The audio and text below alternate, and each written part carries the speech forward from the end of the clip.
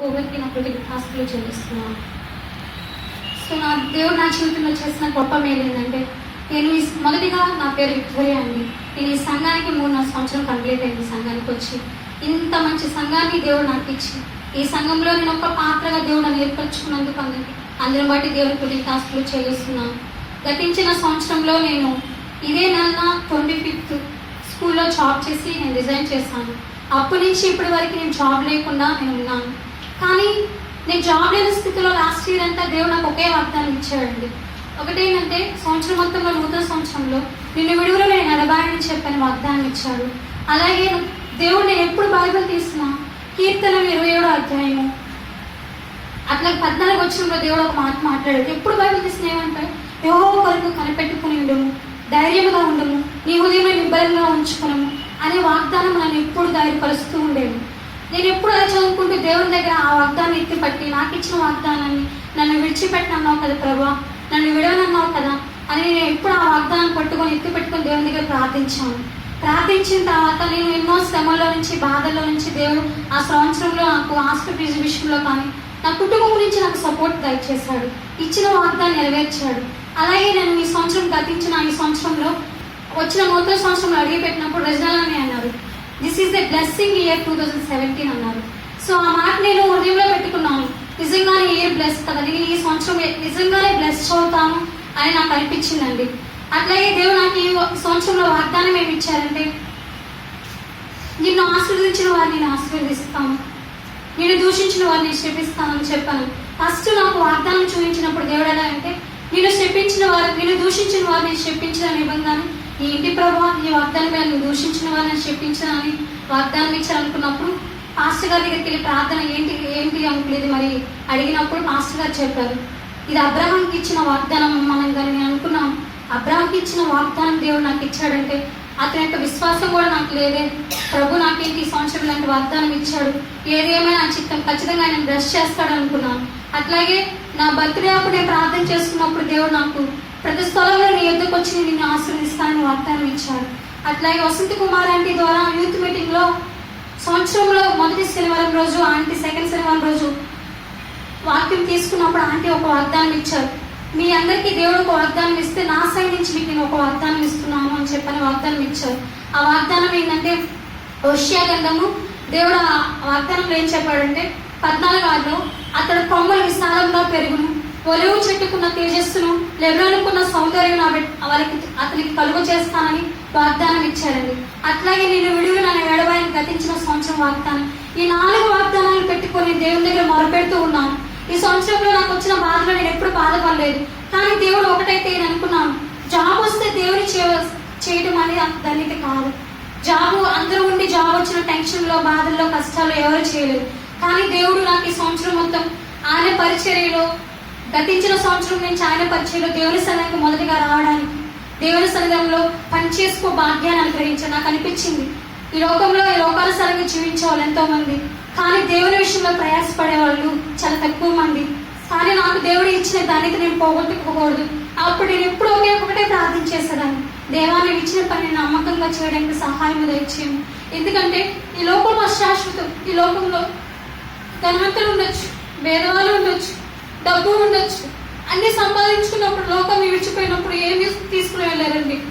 ఒక దేవుని రాజ్యంలో చేర్చబడడం అనేది మాత్రమే ముఖ్యం. నాకు ఈ వాగ్దానం ప్రతి ఫ్రైడే రోజు ట్యూస్డే రోజు ఆంటీ వాళ్ళ వాక్యం మాట్లాడుతున్నప్పుడు దేవుడు ఒక జ్ఞానం మాట్లాడినప్పుడు నాకు నిజంగా అనిపించింది, నాకు జాబ్ లేకపోయినా పర్లేదు ప్రభా, ఒకటే దేవుని కోరాను ఏమనంటే, ప్రభా నాకు నా తల్లిదండ్రులకు రుణం తీర్చుకునే భాగ్యాలు దయచేయండి. నాకు అంతకంటే ఇంక ఈ లోకంలో ఏమవుతూ, ఎందుకంటే వాళ్ళని ఎంతో కష్టపడి చదివించారు, ఎన్నో బాధలోంచి నన్ను తీసుకొచ్చారు. వాళ్ళ యొక్క రుణాలు తీర్చుకునే భాగ్యాన్ని అనుగ్రహించమని అడిగానండి దేవుని. అంతకంటే ఇంక నేను ఎప్పుడు అదే అన్నిటి ప్రార్థన చేసేదాన్ని. నా తల్లిదండ్రులను గట్లను గణపరచు ప్రభా, వారు ఇచ్చిన చదువుకి నేను నిలబెట్టే భాగ్యాన్ని దయచేయమని ప్రార్థన చేసేదాన్ని. ఇంకోటి ఏంటంటే, నేను జాబ్ విషయంలో ఎందుకు లేట్ అవుతుంది, ఏం చేయాలి, నాకు ఏ కోణము తెలియట్లేదు. నా ఆలోచన ప్రకారం నేను చేస్తున్నాను. ఒకరిని దేవుని పట్ల చేస్తున్న దేవుని సేవలో చేస్తున్న పని అంతా మురుకు గుడ్డి వల్ల మేము ఇంకా నాలో ఆయాస్కరమైన ఆయన పట్ల ఏమున్నాయేమో అని సరి చేసుకున్నాను. అప్పుడు 3 రోజులు ఫాస్టింగ్ ఉండి ప్రార్థన చేస్తానండి. నేను దేవుడు నాకు ఒక వాగ్దానం ఇచ్చాడు. సెలవిచ్చాడు. ఏమనంటే వారు కోరింది ఆయన వారికి ఇచ్చును, అయినను వారికి ప్రాణముకు ఆత్మ క్షీణత కలుగ చేస్తానని కీర్తన దావీదు రాసిన కీర్తనలో 106:15 దేవుడు సెలవిచ్చాడు. అట్లాగే బైబిల్ ఎప్పుడు తీసిన దేవుడు ధైర్యపరుస్తూ ఉండేవాడు. ఏ వాగ్దానం గారంటే ఇదిగో ఆయన ఇచ్చు బహుమానం ఆయన దేవుడిని, ఇదిగో సీఎల్ కుమార్తె ఆయన తీసుకొస్తున్న జీతం ఇదిగో తీసుకొస్తున్నాడని యెషయా గ్రంథం ద్వారా దేవుడు నాతో మాట్లాడాడు. సో ఇంక నేను ఒకటే అనుకున్నాను, నాకు ఈ సంవత్సరంలో అనేకమైన శ్రమలు వచ్చినాయి. ఒక శ్రమ మాత్రం మీకు చెప్తానండి. ఎందుకంటే నేను నా జీవితంలో నేను ఈరోజు ఇలా ఉన్నానంటే దేవుని కృప వల్లనే. నా యొక్క గొప్పతనము కాదు, నా మంచితనము కాదు, ఏమీ లేదు. నేను నా ప్రార్థన కూడా ఒక ఏమైనా ముట్టి గుట్టి వాళ్ళు ఉన్నాయేమో అనుకున్నాను. కానీ దేవుడు ఒక దినాన నాకు midnight 2 o'clockకి భయంకరమైన తనలో నన్నెప్పులను వచ్చేసినాయండి. నేను ఒకటే ప్రార్థించేదాన్ని, దేవా నాకు తండ్రి వైనను తల్లి వైనను నువ్వు తప్ప నాకు ఎవరు లేరు, నువ్వే నన్ను ఇంతవరకు కాపాడావు, మరి సిచ్యువేషన్ ఎందుకు కలెక్ట్ చేస్తావు అని తెలియదు. ఎట్లా అంటే అండి, బెడ్ మీద తల కూడా నేను పెట్టలేకపోయాను. అసలు సిచ్యువేషన్కి నేను చనిపోతానేమో అనిపించింది. ఎట్లా ఓనర్ దగ్గర హాస్టల్ ఓనర్ దగ్గరికి వెళ్ళి ఆ టైం midnight నేను ఒక్కదాన్ని 3 o'clock వెళ్ళి పిలుద్దామా, హాస్పిటల్కి వెళ్దామా అని ఆలోచించాను. కానీ నేను వాళ్ళని మన ఇద్దరు డిస్టర్బ్ చేయకూడదని చెప్పని ఆలోచించినప్పుడు దేవుడు నాకు ఇంక నేను ఒకటే చేశాను, ఆయన దగ్గర నా బెడ్ మీద అలాగే కూర్చొని మొరపెడుతూ ఒక 1 hour ప్రార్థన చేసుకున్నానండి. నా యొక్క తరాలు నెలలు ఎప్పుడు తగ్గిపోయిందో నాకైతే తెలియదు. నేను తెలియకుండా నిద్రపోయి మళ్ళీ ఉదయాన్నే క్షేమంగా దేవుని సన్నిధికి రావడానికి దేవుడు కృపణించాడు. అట్లాగే మన ఆంటీ ద్వారా ప్రభు ఈ సంవత్సరంలో దేవుడు ఉపవాస ప్రార్థనలో కానీ వసంత కుమారింటి ద్వారా వాక్యము ద్వారా దేవుడు మమ్మల్ని బలపరిచాడు. పక్షిరాజు యవ్వనం వల్ల మీరు ఎదుగుదురు, ఏవో ఒకరికి ఎదురు చూసిన వారు నూతన బలము పొందిదురు. ప్రతిరోజు మేము ఫాస్టింగ్ ఉండి ప్రార్థనకి ఇక్కడికి వచ్చినప్పుడు ఫ్రైడే రోజు ఫాస్టింగ్ ప్రేయర్స్ ద్వారా దేవుడు మమ్మల్ని బలపరిచాడు. ఆ వాగ్దానాన్ని ఎత్తుపట్టుకొని ఒకటే చేశాను, దేవాలయం నాకు జాబ్ ఇచ్చినందుకు వందనాలు, నన్ను తీసుకొచ్చిన వాడు నువ్వే, నన్ను నిలబెట్టిన వాడు నువ్వే, నన్ను ఇక్కడి నుంచి హైదరాబాద్ తీసుకుని వెళ్తే నా తల్లిదండ్రుల ముందు నన్ను నిలబెడతావు అని మాత్రమే ప్రార్థన చేసుకున్నానండి. ఇంకా జాబ్ గురించి లేదు అని బాధపడలేదు. ఆయన ఏదైనా సమకూర్చగల దేవుడు. ఎందుకంటే ఇక్కడ ఉండి అందరూ సాక్ష్యాలు చెప్తున్నప్పుడు, మేము ప్రార్థన చేసినప్పుడు కొంతమంది సాక్ష్యాలు చెప్తున్నప్పుడు నేను ఎంతో ఉత్సాహించేదానండి. నేను ఎప్పుడు సాక్ష్యం చెప్తానా, దేవునికి ఎలా సాక్ష్యం చెప్పాలి, నా సాక్ష్యం బట్టి కొన్ని హృదయాలనే కదిలింపబడాలి, ఒక ఆత్మైన రక్షింపబడాలని ప్రార్థన చేసుకుంటూ ఉండేదాన్ని. కానీ నేను దేవుని కూడా ఈవెన్ ఇప్పటికి కూడా ఒకటే అనుకున్నాను, దేవా నా సాక్ష్యం బట్టి నేను అతిశయించకూడదు, కేవలం ఈ సాక్ష్యం ద్వారా ఒక్క హృదయమైన కదిలింపబడితే చాలు. ఎందుకంటే నేను ఎవరి దగ్గరికి వెళ్ళి సువార్త చెప్పలేను ప్రభా, కనీసం నా సాక్ష్యాన్ని బట్టి అయిన సువార్త నీ దగ్గరికి చేర్చబడేలాగా సహాయం దయచేయము. అట్లాగే ప్రభు సంఘంలో ఆంటీ వాళ్ళు నాకు ఎంతో సపోర్ట్ ఇచ్చారండి. అసలు నిజంగానే దేవుడు అటువంటి భారాన్ని వాళ్ళకి ఇచ్చినందుకు, వారికి అటువంటి భారాన్ని ఇచ్చినందుకు దేవుడికి ఎన్నో వందనాలండి. ఆంటీ స్పెషల్గా మా ఆంటీ మా కొరకు ప్రార్థన చేస్తారు. మేము అనుకున్నాం మేము ఎన్నిక లేని వారము కదా, తగిన వారము కాదు కదా, ఇలాంటి దేవుడు ఇలా నిలబెట్టాడు, వారి దృష్టిలో వారు మా గురించి ప్రార్థన చేసే యోగ్యత అనుగ్రహించాడని అనుకునేదానండి. ఈ దేవుడికి సంఘ పెద్దలకు మన ఆంటీకి వసంత కుమార్ ఆంటీ అట్లాగే స్వర్ణ ఆంటీ కూడా మమ్మల్ని ఎంతో బలపరిచారండి. ఆమె 40 days ఉపవాస ప్రార్థనలో మా కోసం జాబ్స్ లేని వారి గురించి, ఆరోగ్య పరిస్థితులు మా గురించి ప్రార్థన చేశారు. అట్లాగే పాస్టర్ గారు నేను ఇంటర్వ్యూకి వెళ్ళేటప్పుడు మా ఆంటీ దగ్గరికి వెళ్ళి పాస్టర్ గారి చేత ఫోన్ చేసి ప్రార్థన చేయించుకున్నాను. ప్రభా ఏది ఏమని నీ చిత్తమే, వీళ్ళ చేత ధైర్యం వస్తుందని వాళ్ళ చేత. నేను ఇంటర్వ్యూకి వెళ్ళేటప్పుడు కూడా బైబిల్ చదువుకున్నప్పుడు దేవుడు ఒకటే మాట్లాడాడండి, భయపడకము, దిగులు పడకము, నేను నీకు తోడై ఉన్నాను, అబ్రాహాంకి ఏ విధంగా తోడై ఉన్నాను, నీకు నేను తోడై ఉన్నాను. దేవుడు నాకు ఆ వాగ్దానం ఇచ్చాడండి. అదే వాగ్దానం పట్టుకొని నేను ఇంటర్వ్యూకి వెళ్ళాను. ఆంటీ వచ్చి ప్రేయర్ చేయించుకొని, పాస్టర్ వచ్చి ప్రేయర్ చేసుకొని ఒకటేనండి, నేను ఏదైతే అనుకున్నానో సాఫ్ట్వేర్ జాబ్ రావాలని దేవుడు నా జీవితంలో అది అనుగ్రహించాడు. నేను ఏదైతే కోర్స్ నేర్చుకున్నాను, దేనిమైతే నేను జీవించాలని నా తల్లిదండ్రుల రుణాన్ని తీర్చుకోవాలనుకున్నాను, అది తగిన బట్టి జాబ్ నాకు అనుగ్రహించాడండి.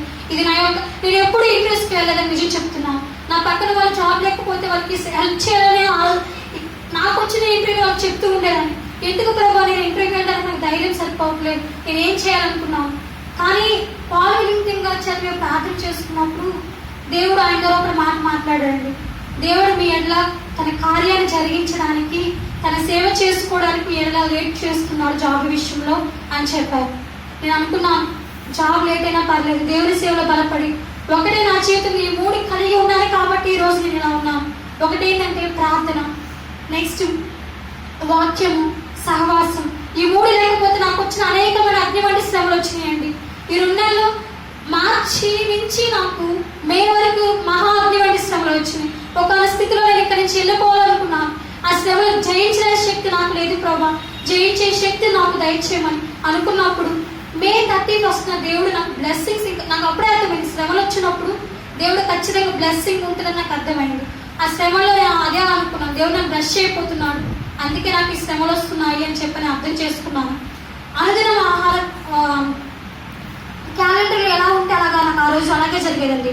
మే 31న దేవుడు నాకు 2 వాగ్దానం క్యాలెండర్లు ఇచ్చాడండి.